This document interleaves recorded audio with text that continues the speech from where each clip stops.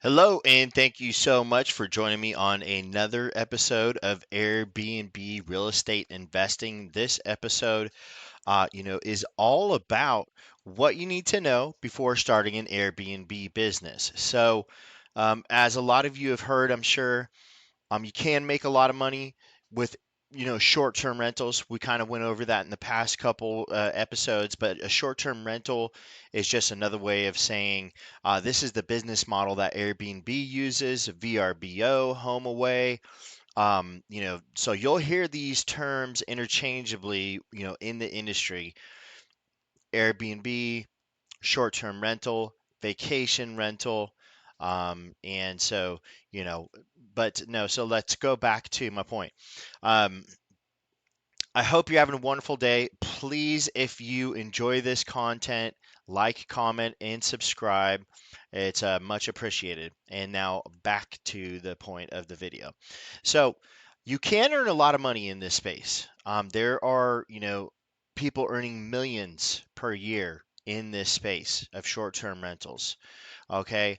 Now, if you are new to this concept, if you're considering getting started in Airbnb real estate investing, I would do some research. I would start going over and considering, some of the things I'm going to share with you in this video here. I will walk you through everything from point A or from A to Z, okay? Everything that you need to know. And that's the point of this channel.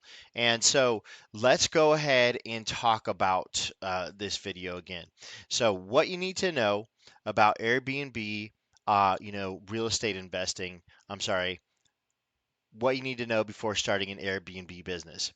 So this space, again, short-term rentals, is a hospitality business. Yes, it is real estate investing, and yes, it is a hospitality business. Okay, so it's very, very important that you understand this and consider this before you get started. The reason is, it may not be a good fit for you. And now there is a workaround for that. If it's not a good fit for you, you can still do this business. You can still earn a lot of money in short-term rentals. However, let's talk about why it may not be a good fit for you.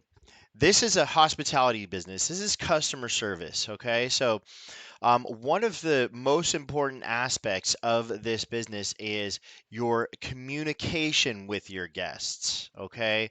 So, also your availability. So, when you have someone book your house or a room in your house or so on and so forth, but let's just kind of assume this is a house that you don't live in or an apartment that you don't live in, it's not near where you live, at least not next door, the room next door. Okay. And so, for this, to make this point, you have to be available for communication to go back and forth. If they're having a hard time, getting into the actual place, that's something that you may want to consider tweaking um, um, entry to the home. We'll just say that. I can't remember. I can't think of what I'm trying to say here, but um, if they can't, you need to be available. You need to be able to help walk them through, get in there. You need to be able to answer where is the coffee. You need to be able to answer how to use the, how to use um, the coffee machine, or where are your forks, that sort of thing. Okay, how to use what's your Wi-Fi password. This is all stuff that even if you have it written down in your guest book, which we're going to go over later, you're going to want a physical copy of a guest book and a digital copy, okay, of the guest book. But you can have all this stuff written down in there, and they may just have read it and forgot it, or skipped over it and not read it, and just decide they're going to ask you directly. It's You have to communicate well with them. You have to be polite, you have to be professional, you have to take great care of them. And because one of your goals is to get 5 stars, always, you're always shooting for 5 stars, as many 5-star reviews as possible. It helps your property get more exposure on platforms such as Airbnb, VRBO, HomeAway, so on and so forth. Okay, so hospitality is key.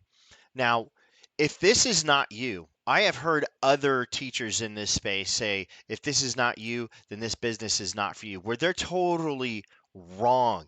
That's a horrible thing to say, in my opinion, because it's the truth. All right. Let me explain to you why. If that's not your cup of tea, answering questions or bringing towels out to people or blankets out to people at 1 a.m., that's okay. There's a very easy solution to it. It will require some money. Okay. So you can, once you enter in this space, self-manage. You can self-manage property manage the property. You can clean the property, do the communications with the property, book it, or get your, listings active, so on and so forth. You can do it all yourself, DIY completely. Or you can hire out. There are property managers out there that will do 100% of it, or even like, Evolve, for example, they do, I mean, what seems to me maybe about 10% of the work. Maybe, no, that's probably not fair. We'll say about 30%. Okay, I'm trying to just give an honest depiction. But you have 100% where you hand the property over to the property management team. They'll walk through, they'll build the listing, they have the cleaners, they do all the restocking. 100%. You could actually live in China and have a house in San Francisco, right, that you're that you are renting on short-term rental, and it would be managed by a property manager. Okay, so typically, you're going to be paying anywhere from 10 to 30% for property management. That is normal. Okay. I've seen it in that entire range. I have seen it less than that as well. But that company um, basically dissolved that portion of the company anyway. So, but I do think you can find it for like 7%. Every state and every city is different. Okay. Now, let's move on to the next point. There are regulations in every city. Some cities have even banned it, for lack of a better term, and open back up with strong regulations. I don't know. I'm actually positive there are a couple cities in the US that have banned it and throughout the world. However, I can't tell you what they are right now. I will tell you certain cities like New York or um, Los Angeles are going to have fairly strict regulations on where to operate. This is stuff I'm going to go over with you more. I'm going to walk you through again everything from just even considering it to being an expert in having your business up and running.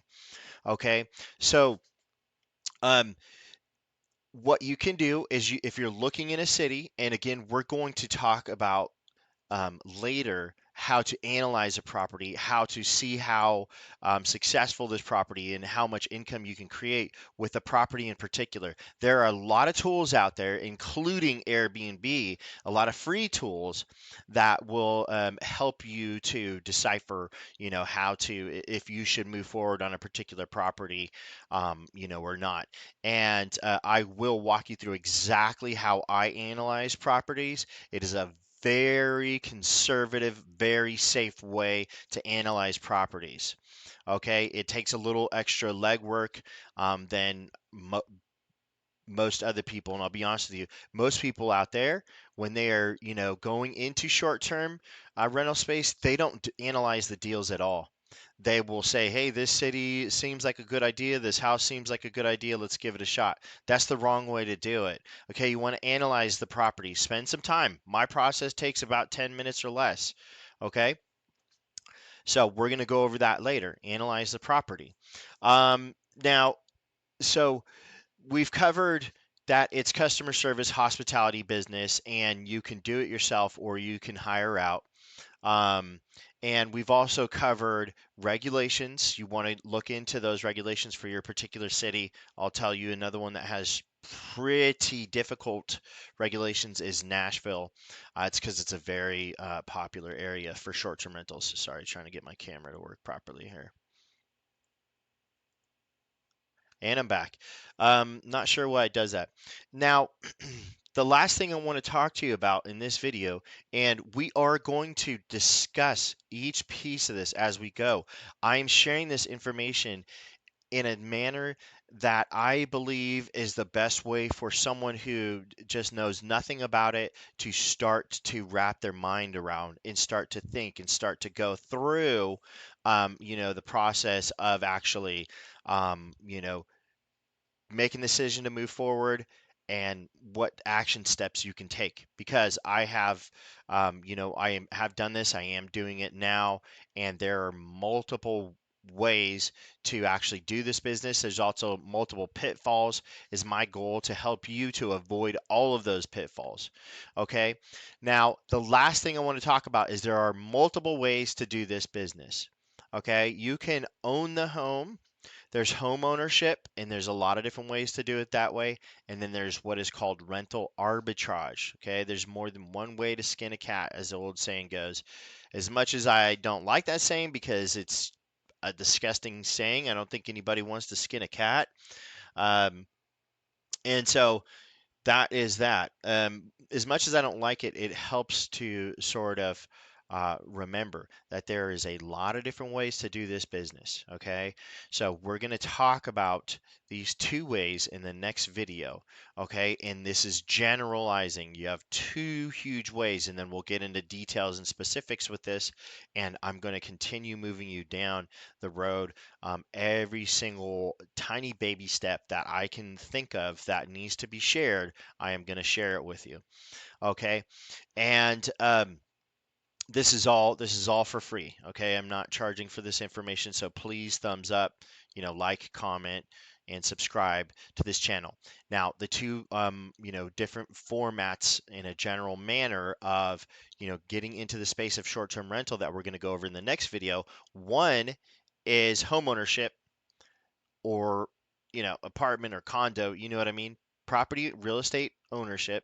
The other is rental arbitrage. Okay, so if you haven't heard the term rental arbitrage, it is a way to get into this space with a um, much less of an investment initially, when compared to purchasing real estate and setting that real estate up.